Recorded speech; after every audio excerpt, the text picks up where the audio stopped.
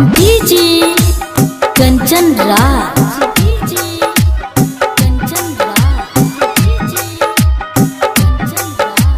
नीम चौक चौसीमा Vaishali. Mix बार Pallavi recording studio मठिया मोड़। छोड़ के जात बारू पियावा के शहर नहर में डूब के मर जाइब हो। छोड़ के जात बारू पियावा के शहर नहर में डूब के मर जाइब हो। नहर में डूब के मर जाइब हो। नहर में डूब के मर जाइब हो। छोड़ के जात बारू पियावा के शहर नहर में डूब के मर जाइब हो। डीजे कंचन राज।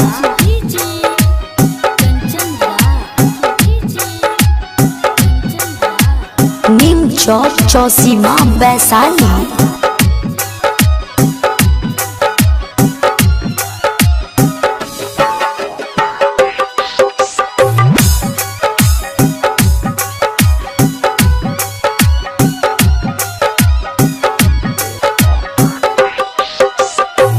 केकरा से बोलब केकरा से पतियाई।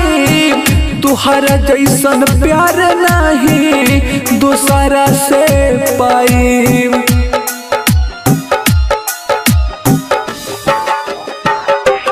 हाँ हाँ केकरा से बोलब केकरा से पतियाई। तुहरा जैसन प्यार नहीं दूसरा से पाई। सोची सोची बहेलो झहर झहर नहर में डूब के मर जाइब हो। छोड़ के जात बारू पियावा के शहर नहर में डूब के मर जाइब हो। डीजे कंचन राज।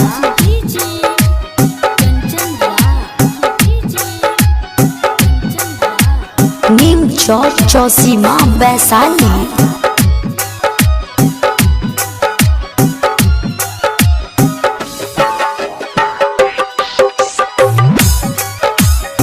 मिक्स बार पल्लवी रिकॉर्डिंग स्टूडियो मठिया मोड़।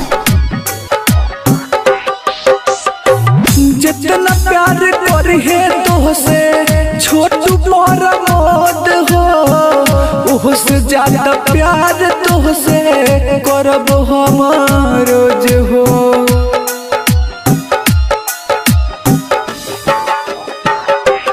हाँ हाँ जितना प्यार करिहे तोहसे गुड बड़ मोद हो।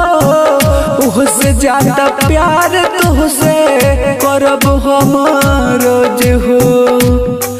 हमर जित के दिल में उठाता लहर नहर में डूब के मर जाइब हो। छोड़ के जात बारू पियावा के शहर नहर में डूब के मर जाइब हो।